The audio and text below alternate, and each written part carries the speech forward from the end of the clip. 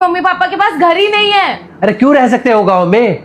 उनका इकलौता बेटा हूं मैं, और बुढ़ापे में उनकी सेवा करना मेरा फर्ज है। और तुमने मेरा फर्ज निभाने नहीं दिया। तुमने एक बार भी नहीं सोचा उनको घर से बाहर निकालने में। पता है क्यों? क्योंकि तुम्हें उनसे कोई फर्क नहीं पड़ता। तुम्हें कोई फर्क नहीं पड़ता कि वो जिए या मरे। लेकिन बात जब अपने मम्मी पापा पे आई तो तुरंत यहाँ बुला लिया। तब तो ये नहीं सोचा कि मैं ऐसे घर में बुला रही हूँ जहां पे तुमने मेरे मम्मी पापा को रहने नहीं दिया। और तुमने सोचा भी कैसे? जब मेरे मम्मी पापा को इस घर में जगह नहीं मिली तो तुम्हारे मम्मी पापा को कैसे मिल जाएगी?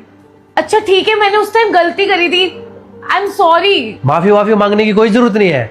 अपने मम्मी पापा को फोन करके बोलो यहाँ आने की कोई जरूरत नहीं है। कहीं वृद्धाश्रम में जाए, वहां पे रहे। देखो धीरज, बहुत हो गया। अगर तुमने मेरे मम्मी पापा को इस घर में नहीं रखा ना तो मैं तुम्हें डिवोर्स दे दूंगी। ओहो, फिर से वही डिवोर्स की धमकी। पहले तुमने मुझे ये धमकी तब दी थी कि अपने मम्मी पापा को घर से बाहर निकालो वरना मैं डिवोर्स दे दूंगी। और अब ये बोल रही हो कि तुम्हारे मम्मी पापा को इस घर में लेके आऊं वरना डिवोर्स दे दोगी। तुम एक काम करो, तुम डिवोर्स दे ही दो। मुझे तुम्हारे साथ रहना ही नहीं है। ऐसी लड़की के साथ मुझे रहना ही नहीं है जो अपने और मेरे मम्मी पापा में भेदभाव करे। धीरज, तुम सोच भी रहे हो, तुम क्या बोल रहे हो? अगर मैंने तुम्हें छोड़ दिया तो? अरे क्या हो जाएगा, तुम मुझे छोड़ भी दोगी तो? इस डर के चक्कर में ना मैं अपने मम्मी पापा से दूर हो चुका हूँ। बेचारे कुछ नहीं बोलते। क्यों?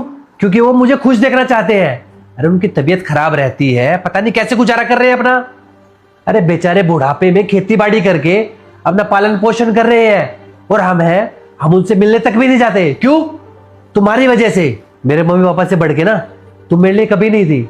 अरे वो तो मैं अपनी मम्मी की बातों में आ गया था। वो चाहती थी कि मेरा घर ना टूटे कभी। लेकिन बस अब बहुत हो गया। मुझे पता चल चुका है कि तुम मतलबी लड़की हो। और रही बात तुम्हारे मम्मी पापा की, उनको तो मैं इस घर में कभी नहीं आने दूंगा। अगर तुम्हें डिवोर्स देना है ना तो तुम मुझे डिवोर्स देके जा सकती हो। धीरज, लेकिन मेरी बात तो सुनो। धीरज,